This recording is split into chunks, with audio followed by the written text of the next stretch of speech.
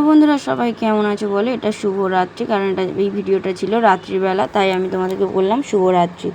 তো তারকেশ্বর পুজো দেওয়ার পরে আমরা না রাত্রিবেলা বাড়ি ফিরে যাচ্ছিলাম। তার কারণ এখানে আমরা থাকার ঘর পাইনি বা আমাদের কাছে কোনো ডকুমেন্টস ছিল না, এর আগেই বলেছি আমি।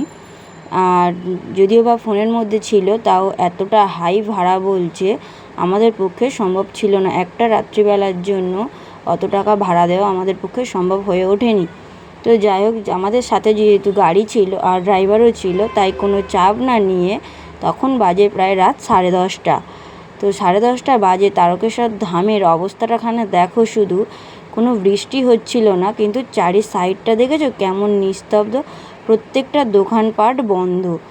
মানে আমি তাই আমার বরকে বলছি, দেখো এখন 10টা থেকে 10:30 বাজে, একটা ধামে এত ভিড় হয়েছে, তার মধ্যে দেখো সমস্ত দোকানপাট বন্ধ। আর এই যে একটা ফলের দোকান খোলা ছিল, আর এই দেখেছো চারি সাইডে সমস্ত দোকান বন্ধ, এমনকি খাবার হোটেলগুলো পর্যন্ত কিছু ছিল না। আমরা নামমাত্র একটা হোটেলে ঢুকেছিলাম, একটা হোটেলেই খাবার ছিল, তাও তারা এত বিশ্রী ব্যবহার করেছে, খাবার তো ভালো ছিল না। আর প্রথম কথা, ধামের মধ্যে একটা বাবার ধামের হোটেল, যেহেতু শুনেছি সেখানে মানে যেসব মানুষরা থাকে আর আসলে অন্তত ব্যবহারটা ভালো করে, কিন্তু খাবার হোটেলে যে ব্যবহারটা পেয়েছি আমরা, সেখানেই আমাদের খুব মানে কষ্ট হয়েছে। একটা মানুষকে খেতে দিয়ে তোমাকে যদি বলে যে প্রথমে তো ভাত দিল, ডালের তো কোনো হোটেলের খাবার মানেই ধরো যেমনই হোক না কেন মানুষকে অন্তত দেবে তো খেতে। তারপরে ভাতের জন্য ধরো প্রথমে ডাল দিয়েছে, একটা তরকারি দিয়েছে, আর একটুখানি ভাজা, তাও সবজি ভাজা না, ব্যাট ভাজা। তো যাই হোক, যেটা পাঁপড় বলি আমরা, সেই তা ভাত ছিল, লাস্টে একটু তরকারি চেয়েছিলাম, সেটুকুও দেয়নি। বলেছে কি যে 1 প্লেট তরকারি নিতে গেলে 40 টাকা দিতে হবে। তাও তরকারি কতটা, 1 পিস পটল, 2 পিস আলু, একটুখানি ঝোল। তো আমি ভাবলাম না, আর আমার 40 টাকা দিয়ে ওটা কিনে লাভ নেই, আমি শুধুই খেয়ে নিই। তো যাই হোক, আমার বরের সেই নিয়ে একটু রাগ হয়েছে যে পয়সা দিয়ে খাবো, অন্তত খাবারটা ভালো দেবে না। তাই ছেলের হাত ধরে ও হাঁটতে হাঁটতে চলেছে। আমাদের গাড়ি রয়েছে স্টেশনের পিছনে, তো ধাম থেকে স্টেশনটা বেশ খানিকটা দূরে, তো আমরা হাঁটতে হাঁটতে চলেছি। আর চারি সাইডে দেখেছো একদম নিস্তব্ধ, সমস্ত দোকানপাট বন্ধ, কেমন যেন একটা অন্ধকার অন্ধকার মতো। এই যে পোস্টের আলোগুলো জ্বলছিল, সেই আলোতেই। তো আমরা 3জন মিলে হাঁটতে চলেছি। আর বলেছিলাম না যে ব্যাগে জামা কাপড় নিয়ে এসেছিলাম, তাই তখনই ভাবছিলাম যে জামা কাপড়গুলো নিয়ে এসে সত্যিই খুব ভালো করেছি, না হলে ওই অবস্থায় বাচ্চাটাকে বাড়ি নিয়ে যেতে গেলে নিজেদেরও তো ঠান্ডা লাগতো, আর আমার বাচ্চারও ঠান্ডা লেগে যেত। যে জামা কাপড়গুলো নিয়ে এসে খুব ভালোই করেছি। আর এখানে একটা এই যে ভাজাভুজির হোটেল, মানে আঁশ জাতীয় জিনিসপত্র এখানে বিক্রি হচ্ছিল। তো যাই হোক, আমরা দেখতে দেখতে হাঁটতে হাঁটতে চললাম স্টেশনের কাছে, আমাদের গাড়ির ধারে। তা আমি পিছিয়ে পড়েছিলাম বলে আমার বর বলছে একটু এগিয়ে এসো। তো দেখো, হাঁটতে হাঁটতে আমরা স্টেশনের কাছে চলে এসেছি। তা এই যে এখানে আচারের দোকান কয়েকটা খোলা ছিল, আচার আর এইসব এই টুকিটাকি স্ন্যাক্স জিনিসগুলোর দোকানগুলো স্টেশনের ধারে খোলা ছিল। কয়েকটা দোকান খোলা ছিল, কারণ স্টেশনে তো লোক সব মানে সবসময় যাওয়া আসা করছে, সারা রাতই স্টেশনের লোক। তো যাই হোক, আর এই যে আমি এখানে একটু কিছু খাবো বলছিলাম, তো নিজের খাওয়ার মানে পছন্দ মতো কিছু পাইনি, যার জন্য আর কিছু খেলাম না। তো এই যে দেখো, আমরা চলেছি এখন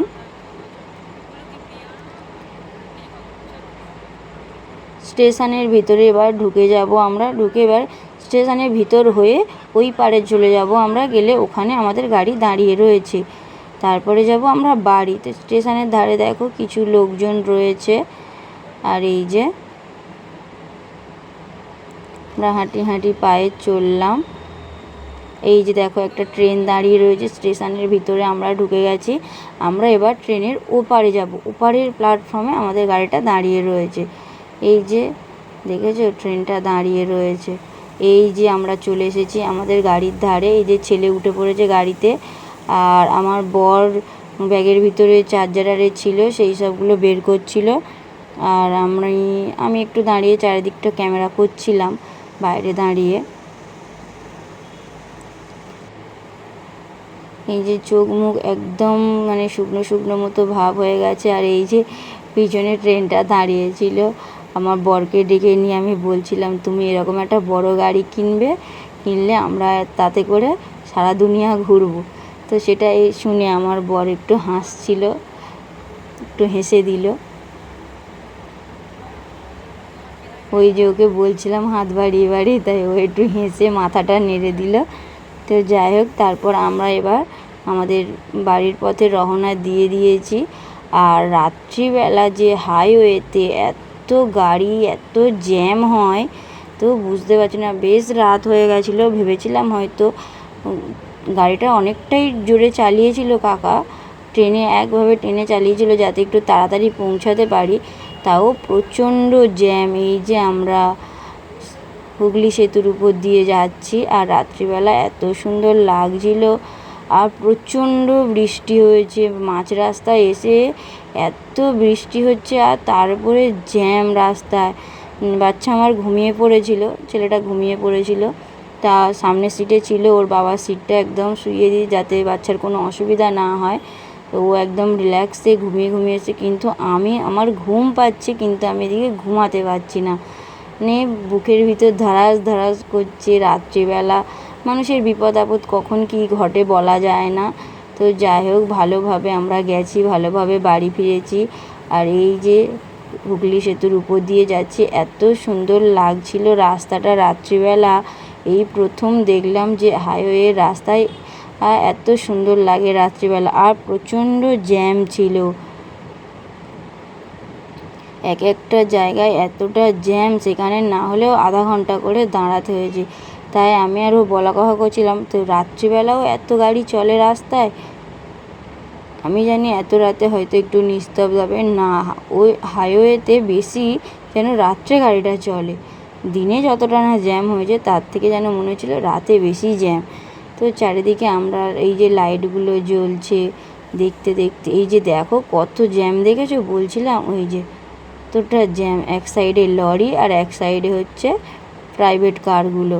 প্রচণ্ড জ্যামে অনেকক্ষণ দাঁড়িয়েছিলাম, মানে অনেকটা জায়গায়, যেটা কাকাও বলছিল যে অনেকটা সময় লেগে গেছে। কাকা বলতে আমাদের যে ড্রাইভার গেছিলো সেই কাকার কথাই বলছি। তো এই যে চারি সাইডে লরি, আর বেশিরভাগ লরিরই জ্যাম। একটা অ্যাম্বুলেন্স আটকা পড়েছিল, তা যাই হোক ওখানে কিছু ট্রাফিক পুলিশ ছিল, সে সাইড করে সব গাড়িগুলোকে মানে পাস করে দিল। তো এই যে দেখো বৃষ্টি হয়েছে, দেখে বুঝতে পারছো প্রচণ্ড বৃষ্টি হয়েছে বলছিলাম না। কিন্তু আমাদের এদিকে এসে, মানে আমাদের বাড়ির এই সাইডে এসে দেখছি রাস্তা একদম শুকনো, মানে আমাদের দিকে কোনো বৃষ্টি হয়নি, যত বৃষ্টি হয়েছে কলকাতার দিকে। প্রচণ্ড বৃষ্টি বাবা, সে বৃষ্টির যেন ব্রেক নেই, এত বৃষ্টি হয়েছে সেদিন রাত্রিবেলা। তো আমার এই প্রথম দেখা রাত্রিবেলা হাইওয়ের উপরে চারিদিকে কী সুন্দর লাইটগুলো জ্বলছিল, বেশ লাগছিল। আমি আর আমার বর গল্প করতে করতে চলে এলাম। এই যে দেখেছো ব্রিজের উপরে লাইটগুলো জ্বলছে, কি সুন্দর লাগছে, দেখো কত সুন্দর লাগছে বিল্ডিংগুলো। তো এর আগেও বলেছি, আমি কলকাতার দিকে গেলে শুধু বিল্ডিংগুলোর দিকে তাকিয়ে দেখি, এত বড় বড় বিল্ডিং। তো সেইগুলো দেখতে দেখতে আবার বাড়ির দিকে রওনা দিচ্ছি। আর রাত্রিবেলা লাইটগুলো জ্বলছিল, তো দারুণ দেখতে লাগছিল দেখতে। আর গাড়িটাও সেরকম জোরে চালিয়ে এসছে, আরও মজা লাগছিল। ভয় তো একটু লাগছিল, আর তারপরে আরও মজা লাগছিল। তো এগুলো দেখতে দেখতে আমরা বাড়ির পথে চলেছি সুন্দরভাবে। তো বন্ধুরা, তোমরা কে কোথা থেকে ভিডিওটা দেখছো অবশ্যই কমেন্ট করো। অনেক বন্ধুরা ভিডিও দেখছো কিন্তু একটা কমেন্ট করছো না কেন? একটা কমেন্ট করতে তো পারো, বেশি কিচ্ছু না লিখতে পারো, শুধু কোথা থেকে দেখছো সেটাই তো লিখতে পারো। তাহলে কি হয়, আমার একটু ভালো লাগে, আর আমার মনে উৎসাহিত মানে আনন্দটা হয়, আর ভিডিও করার ইচ্ছেটাও জাগে। তো এই যে সব কিছু দেখতে দেখতে, যেমন দেখতে দেখতে গেছি, আবার দেখতে দেখতে বাড়ি চলে আসছি। যে দেখো সব বড় বড় বিল্ডিংয়ের মাথার উপরে সব লাইট জ্বলছে, বেশ দেখতে লাগছিল।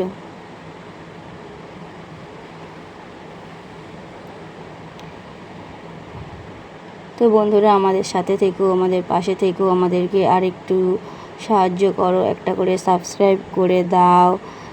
তোমাদের কাছে বলছি, আমাদেরকে নতুন বন্ধু ভেবে একটু হাত বাড়িয়ে দাও।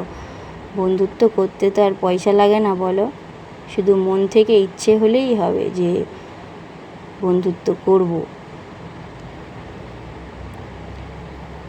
তবে আপন মানুষের থেকে পর অনেক ভালো, আপন মানুষরা বেশি বাঁশ দেয় আর কি। তোমার উন্নতি তো চোখে দেখতে পারবে না, বা হিংসা জিনিসটা এমন, হিংসাই শুধু করে আপন মানুষরা, যে সে কিছু করে উঠতে চাইছে সেসব সহযোগিতা না করে তোমার দুর্বল জায়গায় আঘাত করবে আর নানান রকম বাজে চারটে কথা বলবে। তাই আপন মানুষের থেকে যারা আমাদেরকে চেনে না জানে না তারাই অনেক ভালো। আপন মানুষদেরকে বেশি আপন করলে দুঃখ ছাড়া কিছুই পাওয়া যায় না। আর মানুষের জীবনে একটা বড় ধরনের দুর্ঘটনা না এলে কেউ বুঝতে পারবে না যে কে আপন আর কে পর। আপনের থেকে পরই অনেক ভালো, তারা ছুটে আসবে এক ডাকায়। তো সেই সব জিনিস আমাদের জীবনে ঘটে গেছে, তাই আমরাও বুঝে গেছি কে আপন কে পর। আর আপন মানুষরা নিজেদের শুধু দরকারটাই বোঝে, এছাড়া আর কিছু বোঝে না। নিজেদের প্রয়োজনে যদি তুমি তাদের প্রয়োজনটা যদি মেটাতে পারো তাহলে তুমি তাদের কাছে ভালো, আর যদি প্রয়োজন না মেটাতে পারো তুমি খারাপ। এই হচ্ছে দুনিয়া। আর দুনিয়ার সাথে চলতে গেলে সবার সাথে চলতে হবে। হ্যাঁ, সবার সাথে চলো হেসে খেলে, তবে এতটা আপন করো না যে তোমাকে দুঃখ দিয়ে চলে যাবে। আর কষ্ট সয়ার মতো যদি ক্ষমতা না থাকে তখন নিজেই ভেঙে পড়বে। নিজে ভেঙে পড়ার থেকে নিজের আগে সব কিছু দিক থেকে মানিয়ে গুছিয়ে নেওয়ার ক্ষমতাটা রাখতে হবে, যে আমার এই সময় এই জিনিসটা আসলে আমি সেটাকে আটকাতে পারবো বা আমি সেই ধকলটা নিতে পারবো। সেই জিনিসটা আগে নিজেকে তৈরি করতে হবে। তো যাই হোক বন্ধুরা, ভিডিওটা আমি এখানেই শেষ করছি। ভালো লাগলে অবশ্যই লাইক কমেন্ট শেয়ার করো। হ্যাঁ, সাবস্ক্রাইব করতে ভুলো না। আর যদি তোমরা ফেসবুক থেকে দেখে থাকো অবশ্যই আমাকে ফলো করে দিয়ে আমার পাশে থেকো। আমি কিন্তু সব সময় সবার পাশে রয়েছি। এই ব্রিজটা ছিল আমাদের বারুইপুরের ব্রিজ। এখানে অনেক লাইট লাগানো ছিল, সেই লাইটগুলো সব কেটে গেছে। তো যার জন্য ব্রিজটাতে কেমন একটা লাগছিল, সেটাই আমি আমার বরকে বলতে বলতে আসছিলাম যে লাইটগুলো সব কেটে গেছে। তো আর ভিডিও করার আমাদের ক্ষমতা হয়নি, তাই ভিডিওটা এই পর্যন্ত রেখে আমি বন্ধ করে দিয়েছিলাম, কারণ প্রচুর কষ্ট হয়ে গেছিলো আর প্রচুর জার্নি হয়ে গেছিলো সারাটা দিনে। তো বন্ধুরা, তোমরা সুস্থ থেকো, ভালো থেকো, সবার খেয়াল রেখো। আর ভিডিও ভালো লাগলে অবশ্যই লাইক করো। ভিডিওটা আমি এখানেই শেষ করলাম, দেখা হচ্ছে পরের ভিডিওতে।